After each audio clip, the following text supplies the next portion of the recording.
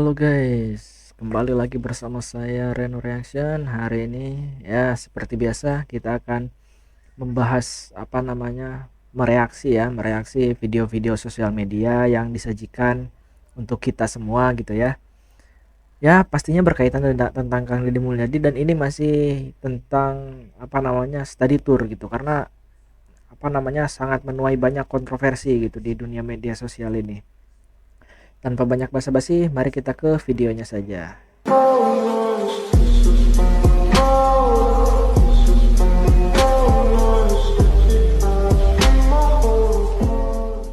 Kebijakan kota mah tidak bisa melarang. Kebijakan kota mah simpel. Studi tour dilarang apabila dihubungkan dengan prestasi akademik. Berarti masih diizinkan untuk pergi Asal tidak dikaitkan dengan prestasi akademik. Jadi tidak boleh studi tour yang wajib karena mempengaruhi nilai. Kalau tidak ikut maka wajib bikin tugas karena mempengaruhi nilai. Kemenang. Studi tour mah studi tour we. Tidak ada hubungan dengan nilai. Yang sanggup bayar, yang nggak sanggup nggak usah bayar. Nah guys, sebetulnya yang dikatakan wali kota Bandung ini beliau mengizinkan study tour jika study tour itu betul-betul dilaksanakan sebagaimana study tour pada umumnya gitu. Karena study tour pada umumnya, ya kita ambil dulu poinnya. Study tour yaitu tour belajar gitu ya. Berarti tour itu kan keliling ya kalau nggak salah artinya. Study itu belajar, jadi keliling sambil belajar gitu, bukan malah piknik. Itulah alasan Kang Deddy Mulyadi melarang study tour di Indonesia, karena di Indonesia bukan malah study tour tapi malah piknik doang gitu. Dan parahnya lagi, beberapa oknum malah mewajibkan siswanya untuk ikut gitu. Apa walaupun tidak diwajibkan, kadang yang tidak ikut pun tetap harus bayar gitu. Padahal beliau tidak ikut study tour. Oke, mari kita simak video selanjutnya ya guys. Luar biasa ya, melalui akun sosial media saya secara resmi, baik itu di TikTok ataupun kemudian di Instagram. Di Instagram saya sudah melakukan tutup komen karena komennya itu ini tidak biasanya gitu. Saya memang kan sering mengkritik ya pejabat publik lainnya. Selain juga misalnya Kang Deddy Mulyadi ini, saya banyak mengkritik termasuk Pak Presiden itu sendiri. Hanya saya belum pernah mendapatkan serangan digital yang sangat parah seperti sekarang.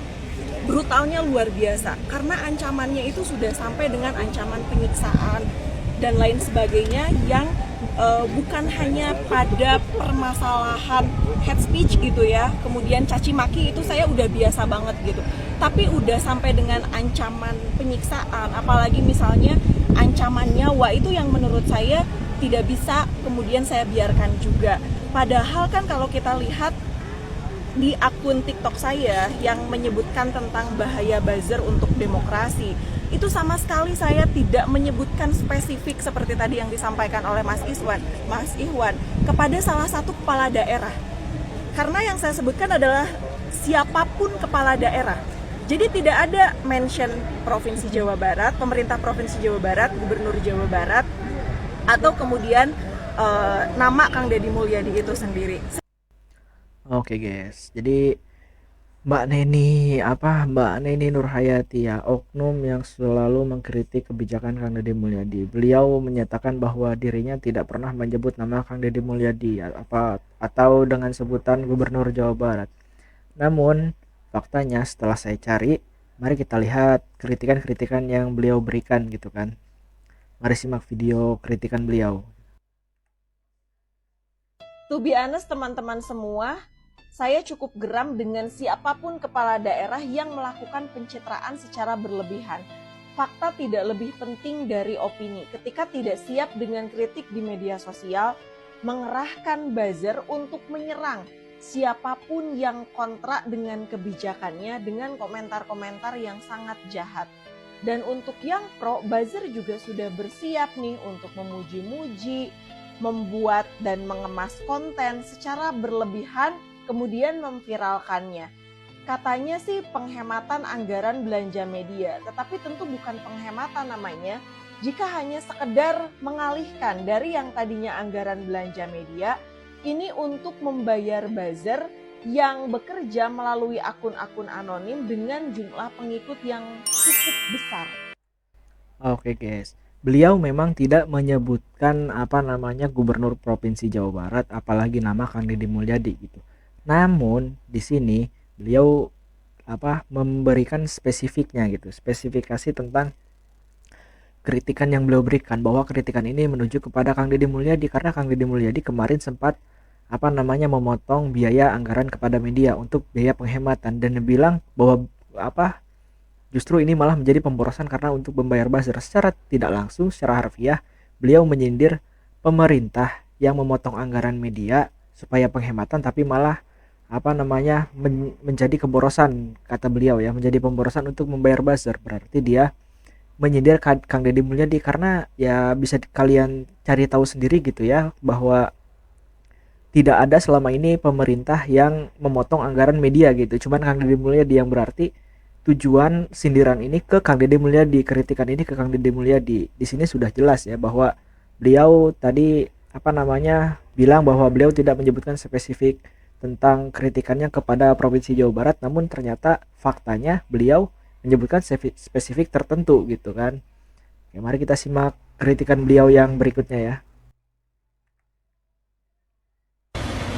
Keputusan Gubernur Provinsi Jawa Barat Keputusan Gubernur Provinsi Jawa Barat disebutin tuh. Beliau tadi bilang bukan cuman Kang Deddy Mulyadi doang, semua pemimpin. Tapi kita lihat saja lah berapa banyak kritikan beliau ke Kang Deddy Mulyadi gitu, ke provinsi gubernur kita gitu, Gubernur Jawa Barat.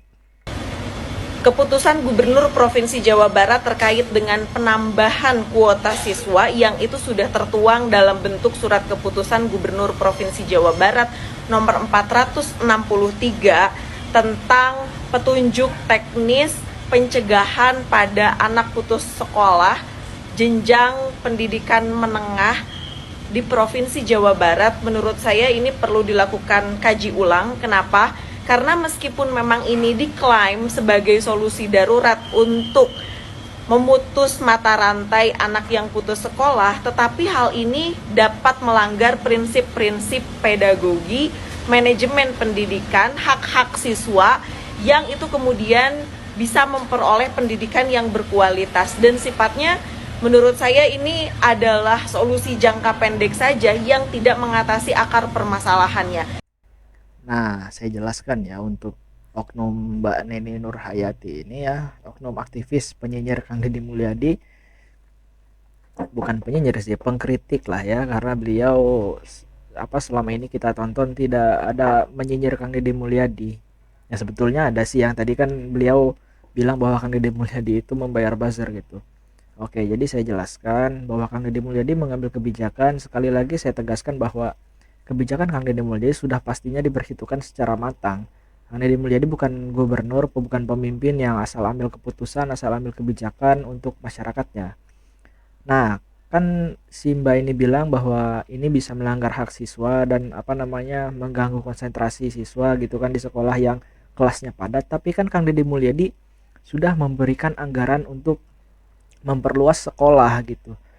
Kang Deddy Mulyadi juga sudah memberikan solusi dari masalah tersebut, yaitu mendidik anak-anak nakal di sekolah ke barak militer. Itu kan salah satu didikan supaya anak itu sadar, supaya anak itu bisa lebih konsentrasi lagi di sekolah. Apa hubungannya barak militer dengan konsentrasi sekolah?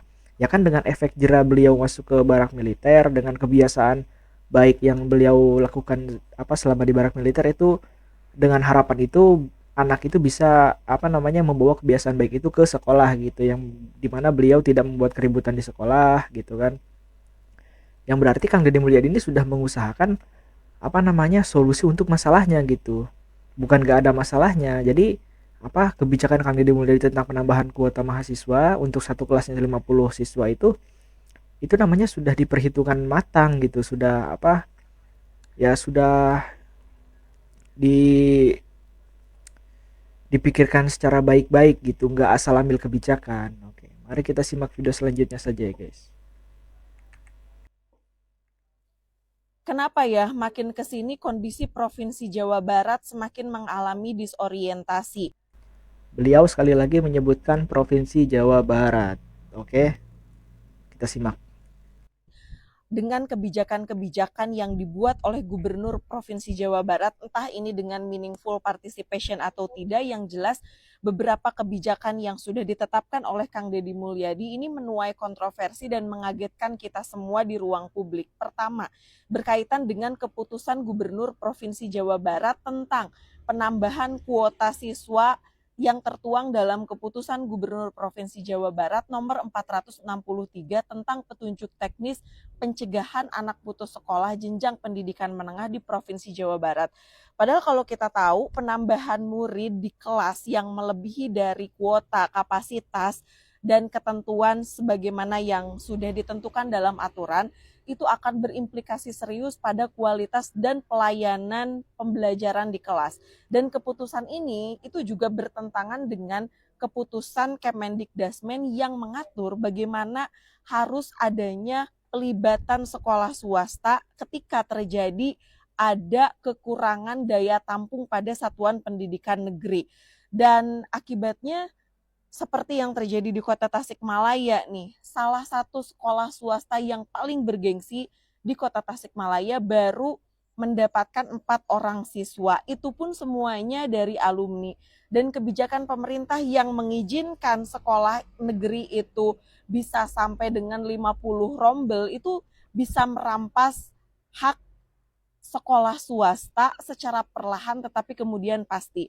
Lalu yang berikutnya misalnya terjadi di Sukabumi, hanya tersisa 157 pelajar sebanyak 25 sekolah swasta di Sukabumi itu harus memperebutkan 157 peserta tersebut untuk sekedar bertahan hidup. Lalu kontroversi yang kedua nih, penggantian nama Rumah Sakit Umum Daerah Al-Ihsan. Bentar. Hubungan tentang sekolah dengan rumah sakit itu apa ya? Oke lah, mari kita simak saja beliau mengatakan apa tentang rumah sakit ini gitu ya. Apa hubungannya gitu. Itu diganti dengan welas asih. Katanya supaya apa? Ini ada penanaman karakter dan lebih dekat dengan karakter warga Jawa Barat. Padahal sudah 32 tahun loh rumah sakit ini berdiri dari 1993. Yang perlu kita menjadi pertanyaan adalah apa sih sebetulnya urgensi untuk mengganti nama rumah sakit dari Al-Ihsan ke welas asih itu, atau hanya sekedar ya ini untuk membangun legacy aja gitu, bahwa ini terdapat adanya di pemerintahan yang dipimpin oleh Pak Deddy Mulyadi. Apakah kemudian rumah sakit yang bernuansa religius dan agama dari tentu bukan hanya Islam itu juga akan semuanya diganti gitu ya, agar juga memiliki karakter Sunda atau karakter yang ada di Provinsi Jawa Barat. Saya juga tidak tahu apakah hal ini juga ada koordinasi atau tidak dengan DPRD Provinsi Jawa Barat setempat misalnya, atau kemudian bagaimana dengan stakeholder terkait ketika akan melakukan penggantian, atau sebetulnya ini hanya kehendak diri sendiri aja atas dasar arogansi sendiri. Lalu berikutnya terkait dengan dugaan pelarangan peliputan nih yang dialami oleh sejumlah jurnalis saat melakukan kunjungan Gubernur Provinsi Jawa Barat tuh ke rumah singgah di Desa Tangkil, Kecamatan Cidahu, Kabupaten Sukabumi. Itu menurut saya cukup melanggar kebebasan pers ya, karena bagaimanapun jurnalis itu berhak untuk melakukan peliputan. Jadi ketika ada siaran langsung, live report yang itu langsung diberhentikan, sementara tim internalnya Pak Deddy Mulyadi itu boleh melakukan peliputan, ini menurut saya sudah terjadi adanya diskriminasi dan ada upaya untuk menghalang-halangi gitu ya terhadap jurnalis yang ingin melakukan peliputan. Padahal itu adalah ruang publik yang seharusnya memang bukan informasi private, bukan informasi pribadi. Dan ini tentu sangat disayangkan sekali gitu ya, karena saya jangan sampai kemudian gitu ya hal ini menjadi bumerang juga untuk jurnalis-jurnalis yang lainnya gitu.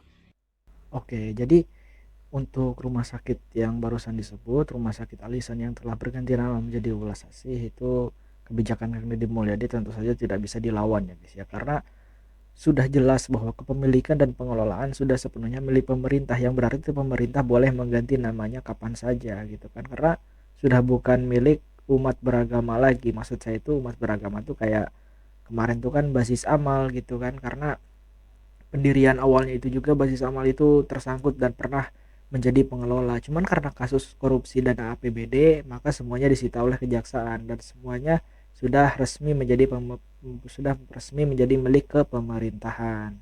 Mari kita simak video selanjutnya saja ya guys. Stop komodifikasi rakyat. Saat ini tidak sedikit pejabat publik kita yang menjadikan rakyat itu hanya sebagai objek untuk dikomodifikasi semata-mata untuk kepentingan politik pragmatis dan menutupi kegagalan kinerja. Kita sendiri kadang-kadang bingung untuk membedakan apakah pemimpin ini benar-benar memiliki kepekaan, keberpihakan kepada rakyat, atau sebetulnya hanya berpura-pura menutupi kelemahan. Strategi politik pura-pura merakyat ini memang cukup efektif untuk mengelabui rakyat, karena rakyat di Indonesia secara literasi politik dan literasi digital kita itu sangat lemah. Padahal rakyat itu tidak butuh untuk menjadi figuran untuk kepentingan kelompok atau kepentingan pribadinya. Rakyat itu betul-betul butuh kesejahteraan yang konkret, bagaimana diberikan akses lapangan kerja yang luas, kesehatan gratis, pendidikan gratis. Karena tipe pemimpin seperti ini, setiap kali kemudian itu turun ke lapangan, langsung terekam kamera, senyum, pura-pura peduli kepada rakyat, dan juga ini kan tentu menimbulkan ada tanda tanya, apakah itu betul-betul melakukan kerja konkret, atau kemudian memang hanya sekedar acting saja gitu untuk kebutuhan branding, dan juga haus akan kekuasaan, karena ini akan menjadi strategi agar bagaimana tetap bisa bertahan untuk pilkada berikutnya ataupun kemudian untuk pemilu berikutnya. Jika saat ini banyak pejabat publik kita yang lebih sibuk untuk membangun personal branding daripada bekerja, lalu siapa yang mengurus pendidikan, kesehatan, kemiskinan, pelayanan publik, ekonomi, dan lain sebagainya? Karena permasalahan akan semakin kompleks, ketimpangan sosial semakin parah, pembusukan institusi, pelayanan birokrasi yang demikian busuk gitu ya, dan terjadi korupsi, nepotisme yang itu semakin tumbuh subur. Karena pemerintah itu kemudian bekerja untuk kepentingan politik kekuasaan, bukan untuk kepentingan masyarakat. Nah, jangan sampai rakyat ini dibutakan dan kemudian menyesal di akhir nanti. Oke, jadi saya setuju dengan Mbak ini ya, bahwa banyak pemimpin kita yang berpura-pura merakyat. Namun, pandangan kami sebagai rakyat bahwa Kang Deddy Mulyadi justru tidak berpura-pura. Contohnya apa? Kalian lihat saja sendiri gitu kan, pekerjaan Kang Deddy Mulyadi setiap turun ke lapangan itu jauh berbanding beda dengan pemimpin-pemimpin yang lain gitu. Dan kerennya lagi, Kang Deddy Mulyadi melakukan turun ke lapangan gitu ya untuk mengurus masalah masyarakat itu bukan ketika sebelum terpilih, yang berarti beliau tidak membangun personal brandingnya untuk terpilih dan bertahan di politik gitu ya, mempertahankan jabatannya dan bertahan supaya terus terpilih gitu. Bukan seperti itu. Justru Kang Deddy Mulyadi semakin dipilih, beliau semakin ada rasa tanggung jawab dan semakin pro kepada rakyat gitu. Ya contohnya kan saya sendiri tidak tahu bahwa Kang Deddy Mulyadi itu pernah menjadi DPR. Sekarang Kang Deddy sudah menjadi Gubernur Jawa Barat, dan semakin tinggi jabatan Kang Deddy Mulyadi, semakin keras juga kerja Kang Deddy Mulyadi untuk rakyat gitu kan. Jadi saya setuju dengan pernyataan Mbak Nini Nurhayati yang satu ini gitu ya. Cuman jangan bilang kalau masyarakat nanti di akhir menyesal. Maksud saya itu ya, memang kami juga sering mengalami penyesalan tentang pemilihan pemimpin yang ternyata hanya berpura-pura pro rakyat. Namun untuk Kang Deddy Mulyadi, kami selaku rakyat Gubernur Jawa Barat itu tidak merasakan penyesalan untuk memilih Kang Deddy Mulyadi. Bahkan kami siap mendukung Kang Deddy Mulyadi untuk menjadi RI di tahun 2029 nanti. Maju terus Kang Deddy Mulyadi. Oke?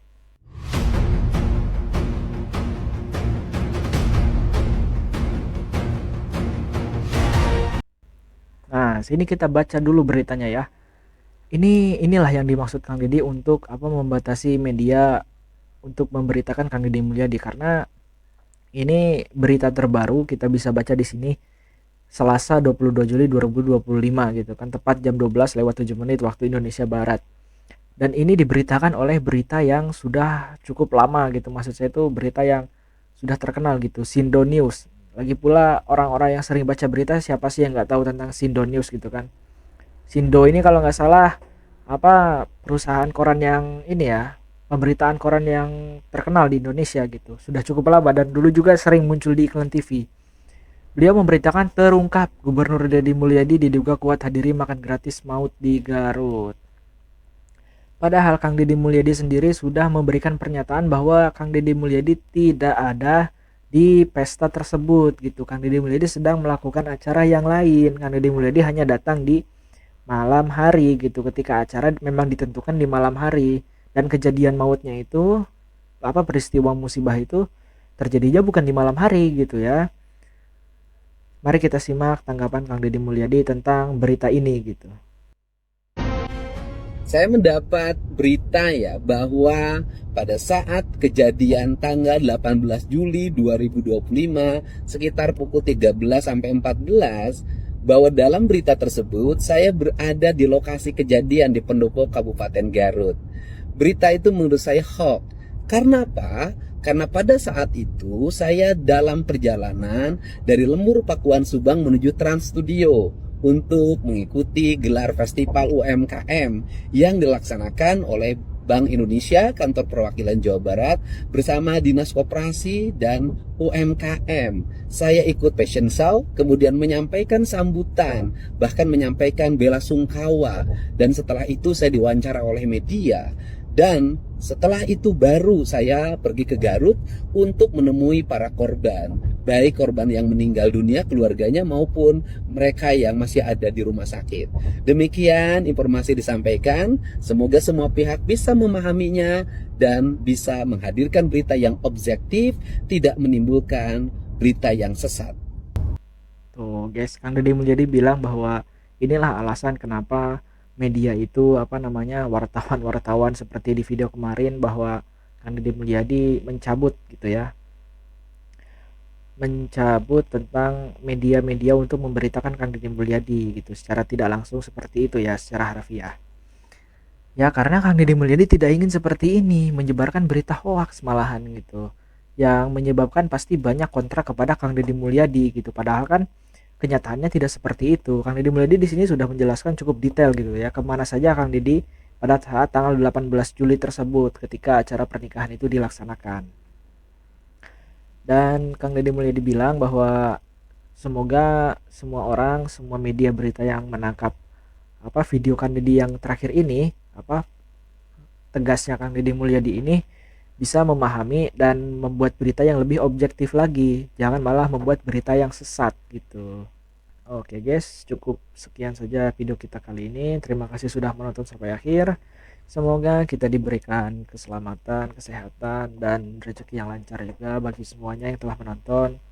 Jangan lupa di like, di subscribe supaya nggak ketinggalan berita-berita terbaru lagi tentang Kang Deddy Mulyadi atau tentang politik-politik yang lain, polemik-polemik yang lain. Akhir-akhir ini sering bahas Kang Deddy Mulyadi karena Indonesia ini sedang dikikirkan oleh pemimpin yang sangat hebat seperti Kang Deddy Mulyadi gitu, pemimpin yang sangat jujur, pemimpin yang sangat pro rakyat gitu. Jadi memang dunia politik sedang secara harfiah sedang dikuasai oleh Kang Deddy Mulyadi, karena tidak ada pemimpin lain yang bisa bekerja seperti Kang Deddy Mulyadi gitu. Jadi pesan dari video yang kita tonton sebelumnya bahwa jangan menyebarkan berita hoax dan stop untuk menjadi buzzer gitu kan, karena menurut saya buzzer itu adalah pekerjaan yang paling hina.